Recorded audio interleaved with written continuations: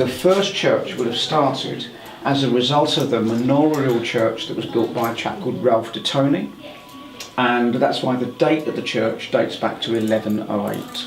In those days, this would have been the front door of the church, and the roadway would have been exactly where we are now. This would have been a carriageway, and it would have been a carriageway from Waltham Abbey in one direction and Barking Abbey in the other direction, and this would have been a pilgrimage route, and people would have come here and would have rested as part of the pilgrimage. The most interesting bit of St Mary's Church is this grey stone here. That grey stone is the original foundation stone of the earlier tower. So if you look at here, this would have been the foundation of the first tower.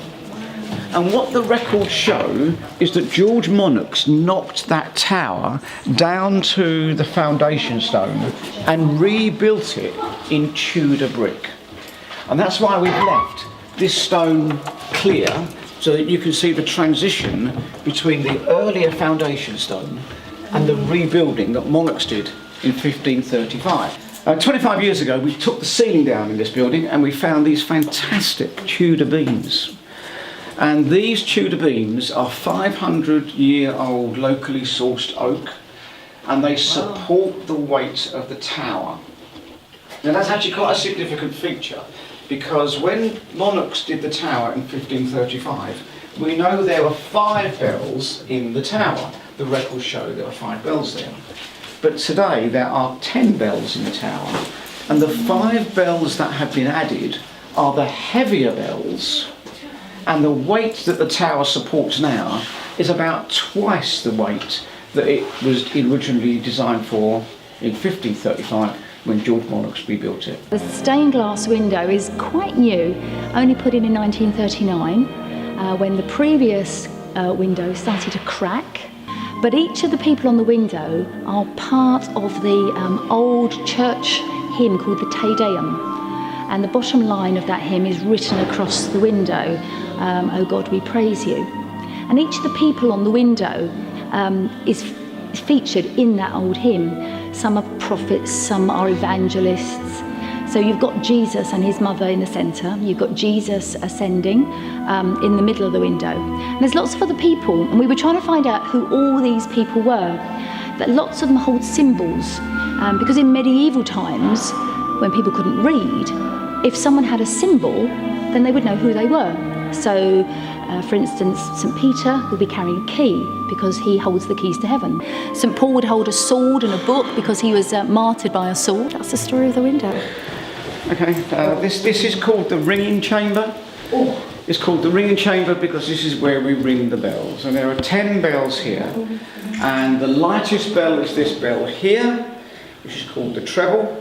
And they go round in a circular direction, and the tenor is this bell here, and this is the heaviest bell. This bell weighs just under a ton. Okay. The bells are suspended 2 floors above us on a gantry system. As the bell is rung, the stay hits the slider and it locks. When the rope is pulled again, it swings around, hits the slider and stops. So the way that the bell rings, it rings in one direction and stops, in the other direction and stops.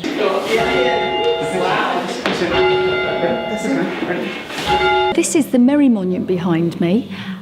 Merry and his wife, so Sir Thomas and Lady Mary Merry, lived in a grand house called the Winds, which was a house on the site of where the William Morris Gallery is in Forest Road. Big house, and he was a royalist, so he supported the king. When his wife died, he decided to use some of his money to have this lovely monument built. And you may see that Mary is carrying a skull, which shows that she was indeed dead when the monument was built. He's, on the other hand, holding a book, which shows he was still alive. Plus also, he's got his finger in the book, and we're led to believe that means not only was he alive, but he could actually open that book, and he was a learned man, he could read it. But then came the Civil War.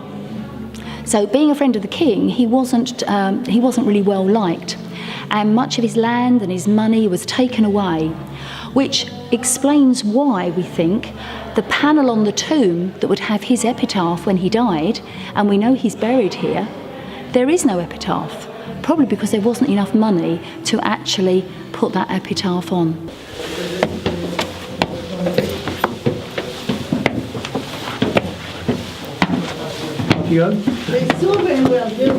Oh, yes.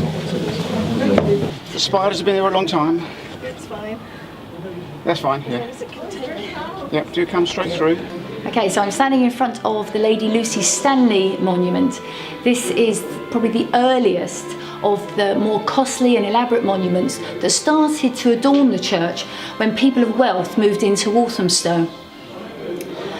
It was built about 1601 to 1603. Lucy Stanley and 4 of her daughters died in Walthamstow, which is why she's buried here. But we don't know why she was here. She didn't live here. As far as we know, she had no known links here. She may have been visiting, she may have been passing through, she may have been visiting relations. But she and the daughters died, and again, we don't know what they died of. But, as the custom was, she was buried here. Her husband was Sir Edward Stanley, and he was a son of the Earl of Derby.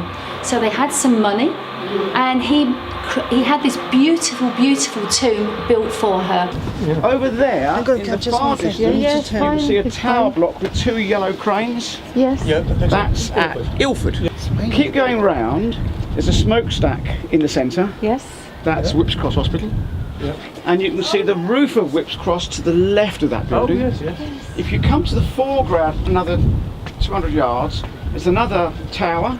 Oh, yeah. That's Schoenhall Street, St George's. Okay. Looking further around, there's 2 tower blocks, yellow, in the far distance. They're in Leytonstone. And then keep going along, and you've got the Olympic site, which is nice, lit up at the moment. You can just about see the O2 dome on the left-hand side. I can see some peaks, but it's been a bit obscured by the buildings. But you can see the orbit, you can see the main stadium, and you can see the velodrome, and with Canary Wharf in the background. The Pringle thing. So the River Thames runs along that way there, and the River Lee runs along that way there. And if you know the A406, you know the smokestack at Edmonton? Yep. That's over there. Yep. Where? Over there. That's the incinerator. And those cranes over there That's Tottenham. are rebuilding the Tottenham Stadium. Okay, till where is it? Oh, yeah. I don't think you will find a better view from Walthamstow.